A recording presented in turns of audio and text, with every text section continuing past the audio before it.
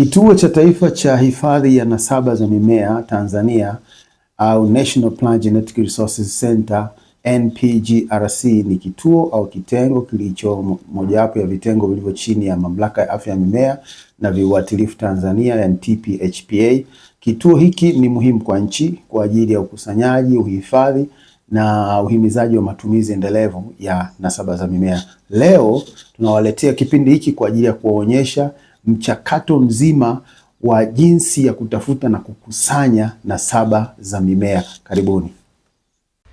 Mbegu ni uhai, na leo katika mkoa wa Ruvuma jitihada za makusudi zinafanyika kutafuta na kuhifadhi mbegu za asili kupitia ushirikiano wa maafisa kilimo na Kituo cha Taifa cha Kuhifadhi Vinasaba vya Mimea NPGRC. Tunalinda usalama kwa sababu ndani ya kila punje ya mbegu iliyofichwa mkononi mwa mkulima kuna siri ya maisha yetu ya baadaye.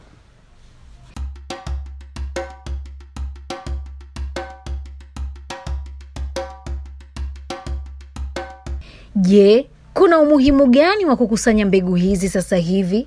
Afisa udhibiti ubora kutoka TPHPA anafafanua malengo makuu ya operesheni hii mkoani Ruvuma ya ukusanyaji wa mbegu za asili.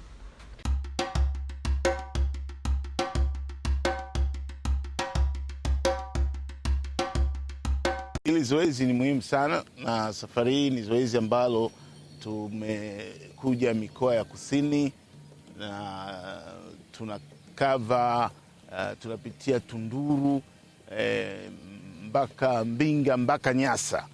Tunakusanya aina hizi za mbegu. Kwa sababu gani? Kwa sababu hizi mbegu zinapotea. Kwa nini zinapotea? Of course ziko sababu nyingi zikiwemo za tabia nchi, lakini kitu kingine kikubwa kinazopoteza hizi mbegu ni kupatikanaji wa mbegu nyingine ambazo tunasema ni za kisasa. Kwa hiyo wakulima wanapoacha kuzilima hizi mbegu zinapotea. Na ukienda kwa wakulima wanakuambia kabisa kulikuwa na mbegu hii tulikuwa tunaita hivi, imepotea. Lakini mara zote unakuta zinapotea kwa sababu tu zinazaa hizi wanazoletwa zinazaa kwa wingi na zina biashara. Lakini tunapoacha zikapotea, zinapotea na vinasaba au genetic material ambazo ni muhimu sana.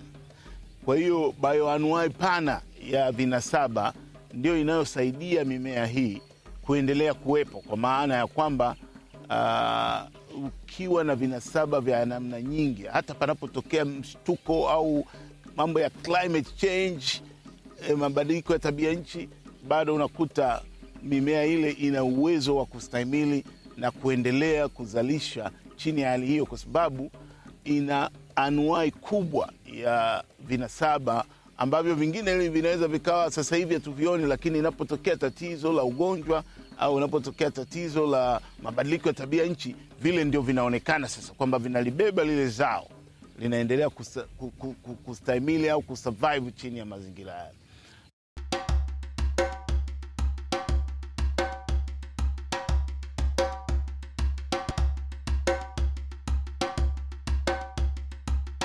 Tunaingia ndani kabisa ya vijiji vya Ruvuma ambapo tunakutana na mikono iliyozikuza mbegu hizi. Wakulima hawa wanatushirikisha utajiri wa maarifa walioupata kutoka kwa mababu zao kwa kutupatia sifa mbalimbali za mbegu wanazotupatia.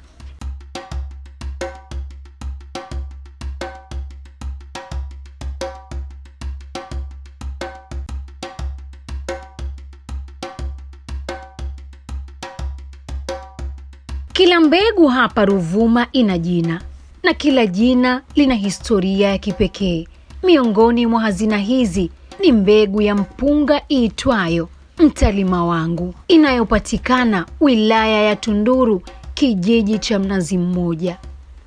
Sikiliza mkulima huyu akituelezea asili ya jina hili na kwa nini mbegu hii imekuwa utambulisho wa mashamba ya hapa kwa miongo mingi. Mpunga wetu kwanza ni wa asili na ni mpunga mzuri sana. Na kwenye matumizi yake sio kazi sana, kwa sababu hautegemei mafuta zaidi. Kwanza wenyewe unajitosheleza. Ndio maana hata kwetu sisi tunapendelea na hatupendi kuua hii mbegu yetu ya asili. Unanukia tena vizuri sana, na ingekuwa kama hata pa kusema unataka kuanzia uangalie, usitie maji, upike kama huu ulivyo. Utaona harufu yake na wewe itakuvutia, na ndio maana unaitwa mtalima wangu. Shambani kwa muonekano wake unakuwa juu zaidi. Au mfupi kama mpunga mingine. Huu ni mpunga ambayo wa asili na uko juu zaidi na unakuwa sana. Labda upande katika mazingira ambayo sio sahihi na mpunga huu. Ila kwa sisi tunayepanda katika mazingira haya, ingekuwa kama Mwakifuku, ningesema ni kuonyeshe jinsi unavyokuwepo mtalima wangu. Lakini sifa za mbegu hizi haziishii shambani pekee. Nyingine ni tiba tosha kwa mlaji. Mkulima huyu anatutambulisha kwa maharage meupe inayopatikana wilaya ya Mbinga, kijiji cha Kilindi. Ni aina pekee ya maharage ambayo ni rafiki kwa watu wenye matatizo ya vidonda vya tumbo kutokana na ulaini wake na kukosekana kwa gesi. Hapa nimeshika maharage meupe. Haya maharage ni mazuri sana kwa wenye vidonda tumbo. Ni marahisi kupika na yanaiva kwa wakati. Na isitoshe kama mtu ana vidonda tumbo ni mazuri sana, ngozi yake ni laini, hayakwangui tumboni. Yana gesi. Maharage hayana gesi. Zaidi ya chakula, ardhi ya Ruvuma inatoa ulinzi na tiba. Hapa tunakutana na matungurusi. Mbegu hii inayopatikana wilaya ya Mbinga, kijiji cha Kigonsera, ni huduma ya kwanza kwa watoto wenye maumivu ya tumbo na masikio, na kwa imani ya wenyeji ni mlinzi wa mashamba dhidi ya wahalifu. Kutoka mashambani hadi kwenye mipango ya kiserikali, ushirikiano huu ni daraja muhimu. Hapa afisa kilimo, mifugo na uvuvi wilaya ya Tunduru, Bi Marieta Kasongo, anafafanua umuhimu wa zoezi hili kwa maendeleo ya wilaya na taifa kwa ujumla. Kwa siku ya leo nimefurahi sana kukutana na wataalamu wenzangu kutoka benki ya mbegu ambayo iko makao makuu Arusha. Nashukuru sana, nichukue nafasi hii kwanza kuwashukuru, pia kuishukuru Wizara ya Kilimo kwa ajili ya thamani ambayo tumeipa, ambayo tunataka kuendeleza mbegu zetu za asili kwa ajili ya manufaa ya wakulima wetu. Kwa kweli nimefurahi na mimi nimependa sana hii, hasa kwa wakulima wetu ambao mbegu za asili zetu zisiendelee kupotea. Na ni vema sana kwa sababu najua mkulima anapolima na kutumia mbegu za asili zetu za zamani, ninajua kabisa kiuchumi mkulima huyo bado ananufaika, kwa sababu hizo mbegu za asili anaweza kutumia siku zote. Niwaombe tu kwa kushirikiana tuendeleze hizi mbegu zetu za asili, na wakati huu kwa sababu tunaenda kukusanya na kuweka benki, basi tutafute njia gani tunaweza kuziendeleza hizi mbegu kwa kufanyia awareness na wakulima wetu waweze kuzitumia, wataalamu tuweke mashamba darasa mbalimbali tukiziendeleza, lakini pia tujue kabisa hizi mbegu zitatusaidia wote katika vizazi vijavyo. Kuwapata wakulima sahihi na mbegu halisi za asili si kazi rahisi. Mafanikio ya safari hii yamebebwa na watu waliojitolea kuwa daraja la karibu kati ya wataalamu na jamii. Ndugu Mipawa Peter, ambaye ni afisa kilimo na mazao wa halmashauri ya wilaya ya Mbinga, amekuwa nasi bega kwa bega akihamasisha na kuratibu kila hatua, na hapa anaelezea zoezi zima lilivyofanyika. Toka zoezi limeanza, wataalamu hawa kutoka TPA wamefanya shughuli za kukutana na wakulima wa mazao mbalimbali, na zoezi hili lilijikita katika ukusanyaji wa mbegu hizi za asili. Toka tuanze mpaka leo tumekusanya sampuli za mbegu za asili nyingi na za kutosha sana. Awali ya yote, napenda kama mimi afisa kilimo lakini pia afisa mazao wa halmashauri ya wilaya ya Mbinga ambaye inasimamia mazao yote. Nipende kuipongeza timu hii kwa sababu imekuja kutukumbusha na kutuletea jambo jipya ambalo kama halmashauri inabidi tushughulike nalo. Hili swala la kuhifadhi na kutunza mbegu za asili ambazo ziliachwa na mababu zetu. Nikiri ya kuwa mbegu hizi ziko mbioni na zinaelekea kupotea katika maeneo yetu.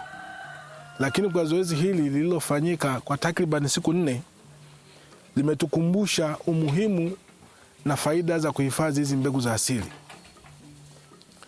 Lakini pia nitumie nafasi hii kuwapongeza wakulima wangu ambao tumewapitia na ambao tuliwafikia kwa ushirikiano waliotupa. Lakini pia hawakuwa na kinyongo wala hawakusita kutupatia mbegu zao ambazo walikuwa wamehifadhi kwa ajili ya kupanda msimu unaokuja. Tulipowaomba na kuambia mtuchotee kidogo, hawakusita, walituchotea kidogo. Kwa ukarimu huo na moyo huo, mimi nawapongeza na ninawaomba waendelee na moyo huo. Maajabu haya ya asili kutoka kwa wakulima wetu ndiyo yanayofanya kazi ya TPHPA kuwa na maana kubwa zaidi, ili kuhakikisha elimu hii na mbegu hizi hazipotei na kuwa kama amana ya kesho. Ndugu Lawrence Mapunda anahitimisha kwa kutueleza jinsi benki ya mbegu itakavyolinda hazina hizi milele. Kwa hiyo lengo la GenBank kama benki ya taifa ni kuzikusanya hizi mbegu kwenda kuzihifadhi, kwa sababu huwezi ukamwambia mkulima asilime zao ambalo linampelekea tija. Tunahitaji kulipa school fee, tunahitaji kulipa matibabu, tunahitaji vitu vyote hivi vinamfanya mkulima aende na pressure ya soko. Kama kuna zao ambalo anatakiwa kulima na linamletea tija, atalilima, ataacha hizi mbegu za asili au za jadi, na hiyo uwezi ukamzuia. Sasa serikali ikaona okay, tusimzuie mkulima, lakini tusiruhusu kupoteza hivi vinasaba, kwa sababu tutavihitaji. Na pale GenBank tunatunza hizo mbegu kwa namna hiyo kwamba siku zitakapohitajika zitarudishwa kule zinakohitajika. Lakini pia hata hao watafiti wanaofanya uchavushaji wa kutengeneza mazao wanakuja sana pale GenBank, wanachukua zile vinasaba, wanaenda kufanya utafiti, na ndio wanaendeleza kupata mbegu zingine za kisasa. Kwa hiyo utaona kwamba hizi mbegu mimi napenda kuziita kwamba ndio mbegu mama, kwa sababu pasinge kuwepo hizi za kisasa. Sasa wahenga walisema usiache mbachao kwa msala uvitao, lakini akiba iozi, ndio maana ya benki. Kwa hiyo sisi tunavitunza hivi vitu kwa maana ya kuweza kuvitumia moja kwa moja kama vilivyo, kama vitahitajika, lakini kwa maana ya kutoa nafasi kwa watafiti wanaoshughulika na uchavushaji mbegu kuweza kupata vinasaba wakati wowote vinavyohitajika. Maanake vikipotea, maanake vinapotea na vinasaba. Na vinasaba vinabeba sifa nyingi tofauti. Kuna nyingine ni harufu, kuna nyingine ni ule ubora wa kukuboreka, iwe mpunga iwe nini. Kuna nyingine vinasaba vya kustahimili ugonjwa, ukame na vitu vingine vyote. Kwa hiyo hiyo ni moja ya kazi kubwa ambayo GenBank, ile benki ya taifa ya vinasaba, inafanya. Inatoa backup ya kuweza kupambana na lolote litakalotokea baadaye. Kutoka ardhi ya Ruvuma hadi kwenye hifadhi ya taifa, kila punje ya mbegu ni ahadi kwa vizazi vijavyo. Tunatunza asili yetu, tunalinda uhai wetu. Ruvuma, hazina ya mbegu, fahari ya Tanzania.